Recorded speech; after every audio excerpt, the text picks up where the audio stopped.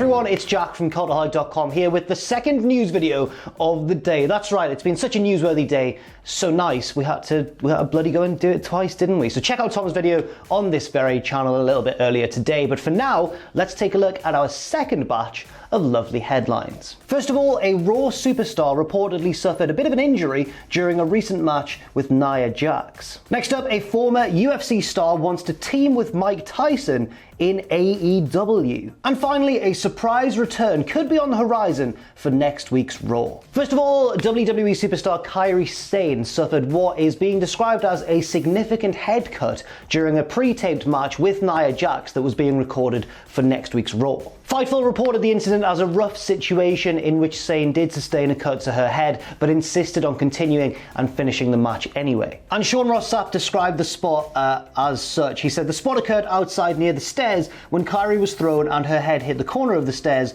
opening her up. He goes on, the match was paused and medical came out to take care of Kairi Sane, sealing the wound and bandaging her up. We were told that Kairi indicated that she was fine and insisted on finishing up the match. Now, first of all, it's good that Kairi indicated that she was okay and was deemed able to continue and complete the match. That's obviously really good news. On the other hand, obviously, you'd never like to see this sort of thing happen, and it's particularly bad for Nia Jax because she has suffered a lot of criticism recently over her perceived lack of safety, shall I say, in the ring. Now, obviously, I would like to stress right now that nobody outside of WWE has seen the footage of this incident. We've only heard it described by various different sources, so we don't actually know whether Nia Jax was to blame here or whether it was just one of those things that can happen because, of course, as we often forget, wrestling is just so inherently dangerous sometimes that even the smallest slip-up or the smallest miscue can result in injury. Now, of course, the sort of frequency with which, dangerous spots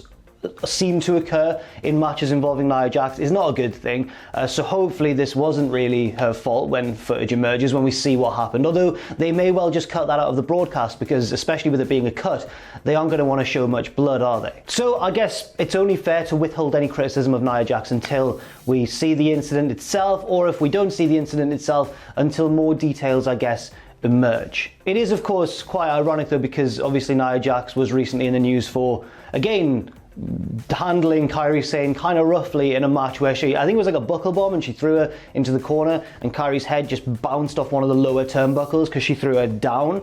That again was one that sparked a lot of criticism on social media, and then it was around the sort of time that Nia was having to go at Ronda Rousey for being unsafe with her friend Alexa Bliss in the ring, so it's a very messy situation, and once again I think it's probably better to reserve judgment on this one, at least for now. Next up, a story where it sounds like I've just taken various different names from the combat world and just thrown them in a blender and then come out with some wrestling news on the other side. But it is true, it has actually been said. So former UFC star, and I guess UFC pioneer, Vitor Belfort, has claimed that he wants to team up with Mike Tyson in a tag team match in AEW. What's going on? This all stems, of course, from Double or Nothing, the pay-per-view last weekend, in which we saw Mike Tyson there as a special guest to present the TNT Championship to the winner of Cody versus Lance Archer. But also, another special guest in attendance was Vitor Belfort, who could be seen occasionally now and then on the right-hand side of the crowd barrier in the crowd. He was like a special guest attendee. Belfort recently signed with the MMA promotion One Championship, having previously retired from mixed martial arts and then unretired. It's kind of similar to wrestling in that way that often people do retire then unretire, but he's currently signed with One Championship. He's yet to make his fight debut with the promotion, but apparently he has announced his opponent and it will all be confirmed in the near future, I guess, but obviously ongoing circumstances preventing events such as, you know what I'm talking about. But One Championship did release a statement from Belfort to various different media outlets saying, I think AEW should have Mike and myself do a tag team match against two of their champions. Tony, the owner of AEW, is a good friend of mine. That for me is a great idea and I'm open to it. It'll be the two youngest champions of combat sports, Tyson in boxing, Belfort in MMA, against the two youngest champions of AEW. So what on earth is going on here? I think the first thing that initially struck me was that's very strange. It seems like Belfort is essentially trying to get himself over and shoehorn himself into this AEW spotlight because he attended the show, he saw maybe like the setup or something, maybe as he says, he's a really good friend of Tony Khan. But I can't see AEW being too pleased about this. Why would they put I mean, I guess for the publicity, especially with Tyson involved, but why would they put two of their champions, by which I'm assuming Moxley and Cody, against Mike Tyson and Vitor Belfort in a tag team match? Unless Tyson and Belfort agree to lose, which they wouldn't, then how is this going to be beneficial for AEW? But then there's the second possibility in my mind, which isn't just Belfort just shooting from the hip and saying whatever he wants and trying to book himself at AEW, basically. The second possibility is that this is sort of something that AEW have suggested to him, and he's sowing the seeds of it in one championship, because it's so random and it just seems so off the wall that it almost has a chance in the pro wrestling world of being legit, being something that has been talked about behind the scenes. Because I'm going to look really stupid now in a few months' time if AEW announce a pay-per-view headlined by Moxley and Cody versus Tyson and Belfort. So I'm not going to rule it out entirely, just in case. But my gut instinct says this is Belfort trying to secure himself a nice payday and coming across as kind of harebrained in the process. But if it goes ahead, then totally fair play to it. Right, next up, in related news, Tyson Fury wants to headline a WWE UK show against Drew McIntyre. It's just one of those days. So Tyson Fury has mentioned Drew McIntyre quite a bit on Twitter, especially since Drew became the WWE champion at WrestleMania 36, and he's at it again during an interview with BT Sport. Fury said, "I'm a big fan of Drew McIntyre, big fan. He's in absolutely fantastic shape, a real good looking fella, we can't argue with that. He may be able to teach me a few beauty tips and a few wrestling moves." I'm not sure that Fury needs to learn any wrestling moves, considering the fact that he did beat Braun Strowman in Saudi Arabia. Fury went on, "Sure, if WWE comes to the United Kingdom and they want a massive pay-per-view event, then look no further than the Gypsy King," that's himself, "versus Drew McIntyre for the WWE belt." And this is remarkably similar. This carries echoes of the Belfort story we've just talked about, because there's two possibilities here. One, it's just Tyson Fury saying what he wants, or two, it's something that WWE are trying to engineer via BT Sport.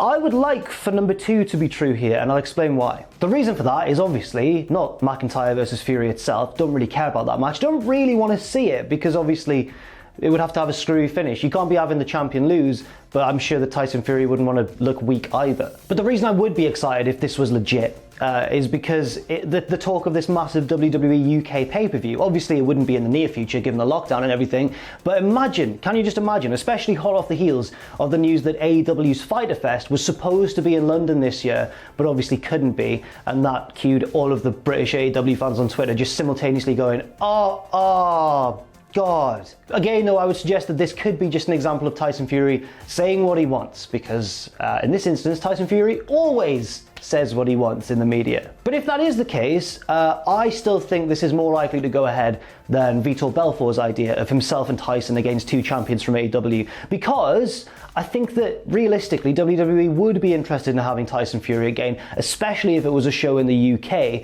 because he's very relevant these days. He's much more relevant than Vitor Belfort is in 2020, and he would probably shift quite a lot of tickets and pay-per-view buys. But that's just what I think. I don't exactly know. Let me know in the comments if you'd like to see Tyson Fury versus Drew McIntyre and /or Vitor Belfort and Mike Tyson against Jon Moxley and Cody Rhodes. Just let me know what you think. I'd be interested to hear.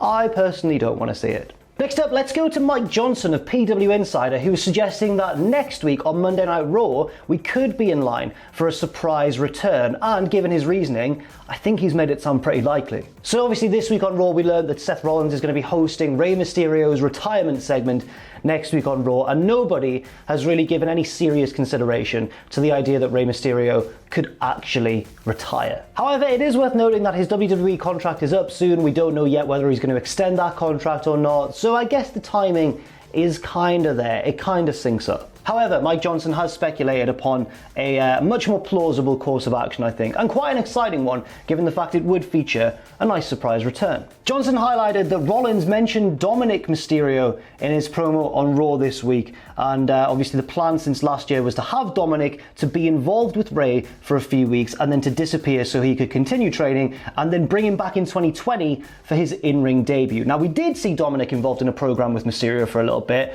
but then obviously because of the lockdown, because of the pandemic, we haven't seen him make any sort of return in 2020, and that's understandable. However, the fact that Rollins mentioned Dominic, and the fact that we haven't seen Dominic for a while, and the fact that Dominic has got involved in the past when his father has kind of an emotional decision to make, does kind of make it seem like he could be returning to Raw. And I'd say that I'm probably alright with this, because remember when Dominic got involved at Survivor Series during Rey versus Lesnar? That was really exciting. That was really, it kind of seemed fresh and unique, didn't it? I wouldn't be against Dominic returning as long as they use him in the right capacity. Johnson also points out in that report that even though Rey's contract is up soon, he is apparently expected to extend it to stay with WWE for the foreseeable future. But at the moment, it seems like in kayfabe, he's about to retire on Raw next week, and someone's got to save him from that. Who better than his son, Dom, Big Dom. I don't know what I'm talking about here. I need a better way of ending these links. Now, obviously, we don't know how Dominic's training's been going. You'd have to assume that in recent months it's been a little bit limited, but we don't know to what level he'd kind of reached last year when he was getting more involved in WWE. So maybe he's improved leaps and bounds since even the last time we saw him. I don't know. Personally, I wouldn't be too worried about how he's doing in the ring right now. For me, it would be his promo game that I think should be a little bit more sharpened up, just because he's probably going to be on the mic on Monday if he turns up. And I'd like to see him maybe tighten up those those promo skills a little bit, excuse me. So obviously that's something that can be learned with time. Hopefully Dominic's on the right path, and we'll see how it goes. I'm quite curiously excited to see if this is true. And finally, a match has been announced for the upcoming NXT TakeOver In Your House show, which brings the match card to a total right now of 3 matches. The show is set to take place on June 7th, 2020, and the most recent match announced for the card is Finn Balor, one of the biggest names in NXT of course, taking on Damian Priest, one of the, I guess, up-and-coming names in NXT. He's been in the North American Championship scene recently. He didn't manage to win that belt from Keith Lee, but I guess we'll see where he goes after this feud's said and done. The pair have been kind of mixing it up and getting in each other's way. Priest has been a little bit sort of evil towards Finn Balor recently. He's been tormenting him quite a bit, interfering in his segments and stuff. So I guess this is a little bit of a mini grudge match, and we'll see where it goes. It's kind of a speed versus size matchup as well, so maybe it'll be quite interesting. The other matches announced for the card so far are Tommaso Ciampa taking on the recently debuted Karrion Kross, accompanied by, of course, Scarlett, formerly known as Scarlett Bordeaux on the independent scene, and the triple threat match for the NXT Women's Championship. Charlotte Flair, the champion of course, taking on both Rhea Ripley and Io Shirai. Now, you'd have to expect that there'd be a couple more matches added to the card, maybe something involving Matt Riddle and Timothy Thatcher, because Pete Dunne can't get over there to, carry on his role in that storyline, despite him having lost the NXT tag team titles without even being there to defend them, which is a shame for him. Other possibilities, they seem to be building towards maybe a mixed tag match between Johnny Gargano and Candice LeRae on one side and Keith Lee and Mia Yim on the other side. That could well be a possibility as well. Maybe something to do with the interim Cruiserweight Championship tournament. In fact, are the finals of that tournament going to take place on TakeOver? It could be a possibility. The way that the tournament's progressing, it seems like it'll all be said and done by then, so we could well see the final at TakeOver 2.